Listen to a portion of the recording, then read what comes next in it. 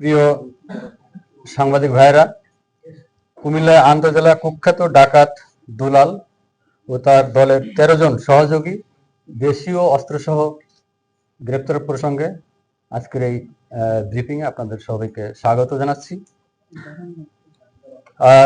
গত 28/9/2025 তারিখে লালমাই থানার রাত 2টার পরে দুটি ডাকাতির ঘটনা ঘটে, একটি প্রবাসীর বাড়ি এবং অন্য একটি বাড়িতে। আমরা এই ডাকাতির ঘটনার তথ্য উদ্ঘাটনে কুমিল্লা জেলা পুলিশ কাজ করছিল এবং আমাদের পরিকল্পনা ছিল এই ডাকাতির ঘটনার সাথে যারা জড়িত তাদের একজন দুজন না, পুরো টিমটাকে কিভাবে আমরা গ্রেপ্তার করতে পারি এবং লুণ্ঠিত মালামাল উদ্ধার করতে পারি।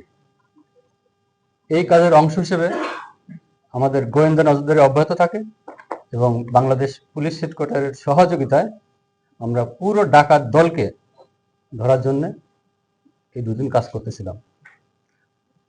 গত পরশু রাতে আমরা খবর পাই এই ডাকাত গ্রুপ বাংরাবাজার থানা এলাকায় আরেকটি বাড়িতে ডাকাতির ঘটনা ঘটাবে এবং এই তথ্যের সূত্র নিয়ে কুমিল্লা জেলা পুলিশের ডিবি টিম এবং দেবীদার থানা এবং বাংরাবাজার থানা সহ আরো কয়েকটি টিম আমরা কুমিল্লা সিলেট মহাসড়কের বিভিন্ন জায়গায় কৌশলগত পরিকল্পনা অংশ হিসেবে চেকপোস্ট স্থাপন করি। এবং আপনারা জানেন দুর্গা পূজায় কুমিল্লা জেলার ব্যাপক নিরাপত্তা ব্যবস্থা রয়েছে এবং এই ডাকাত দল যখন এই বাংরাবাজার যেখানে ডাকাতি করার পরিকল্পনা ছিল সেখানে পুলিশের উপস্থিতি দেখে তারা ওই জায়গায় ডাকাতি করা থেকে সরে আসে এবং তারা দেবীদারের একটা বাড়িতে ডাকাতি করার পরিকল্পনা করে। আমি বলে রাখি, এই যে 14 জন ডাকাত আমরা গ্রেপ্তার করলাম, এদের টার্গেট থাকে প্রবাসীদের বাড়ি কিংবা মাঠের ভিতরে প্রত্যন্ত অঞ্চলে যেসব নির্জন জায়গাতে বাড়িগুলো আছে এবং যেসব বাড়িতে মূল্যবান সম্পদ পাওয়া যাবে সেগুলো তারা টার্গেট করে। তো যাই হোক, বাংরাবাজার ব্যর্থ হয়ে দেবীদারে যখন রওনা দেয় তখন রাস্তায় আমাদের যে ডিবি টিম এবং দেবীদার থানার টিম তাদের যে চেকপোস্ট ছিল সেখানে একটি হায়েস কালো রঙের মাইক্রোবাস আটকিয়ে দেয় এবং আমরা যখন দুই পাশ দিয়ে এই ডাকাত দলকে আমরা ঘিরে ফেলি তখন তারা দ্রুত কেউ দরজা খুলে, কেউ হায়েস মাইক্রোবাসের গ্লাস ভেঙে বের হওয়ার চেষ্টা করে, কিন্তু যেহেতু আমাদের পুরোপুরি প্রিপারেশন ছিল তারা কেউ পালাতে পারে নাই। আমাদের পুলিশ অফিসার কয়েকজনকে সামান্য তারা আঘাতপ্রাপ্ত হয়েছে সামান্য, এবং আমরা 14 জনকে মোট ওই গাড়ি থেকে 13 জনকে আটক করি এবং পরবর্তীতে এই বিভিন্ন মূল্যবান সম্পদ ডাকাতি করে যেখানে বিক্রি করে তাদের একজনকে আমরা আটক করি।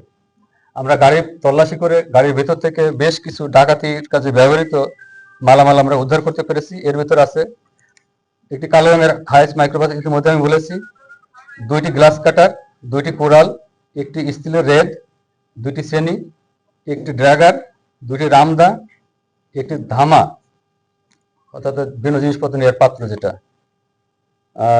একটি স্টিলের চাপাতি, একটি বার যুক্ত চেইন, একটি নীল রঙের ব্যাগ যেটা লুণ্ঠিত মালামাল ক্যারি করার কাজে লাগে, একটি প্লাস্টিকের বস্তা এবং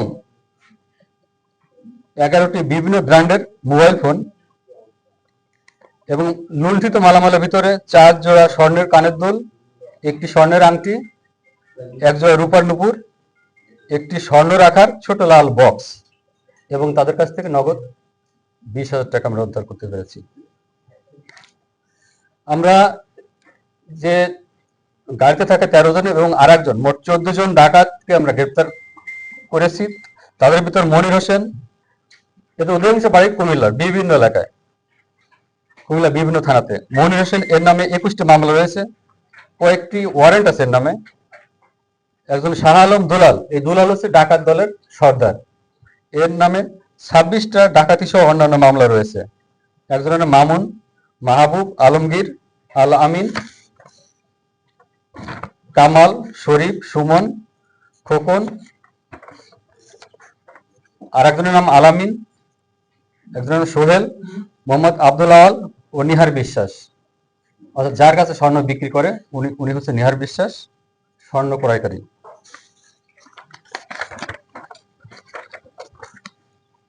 এই ডাকাত দল আমরা গ্রেপ্তার করার পরে তাদের জিজ্ঞাসাবাদ করি, এবং জিজ্ঞাসাবাদ করার পরে তারা স্বীকার করে লালমাইতে সাম্প্রতিক সময়ে যে 3টি ঘটনা ঘটেছে এবং এই 3টি ঘটনার সাথে তারা জড়িত। এবং একটি ঘটনা তারা ঘটিয়েছে বগুড়া থানা, এবং আরেকটি ব্রাহ্মণবাড়িয়া নবীনগর থানার একটি ঘটনা আছে। তাছাড়া এর আগে এরা বিভিন্ন সময় বেশ কিছু ডাকাতির ঘটনা ঘটিয়েছে কুমিল্লা, নারায়ণগঞ্জ এবং চাঁদপুর এই এলাকায়। এগুলো তারা ডাকাতির জন্য টার্গেট তৈরি করে।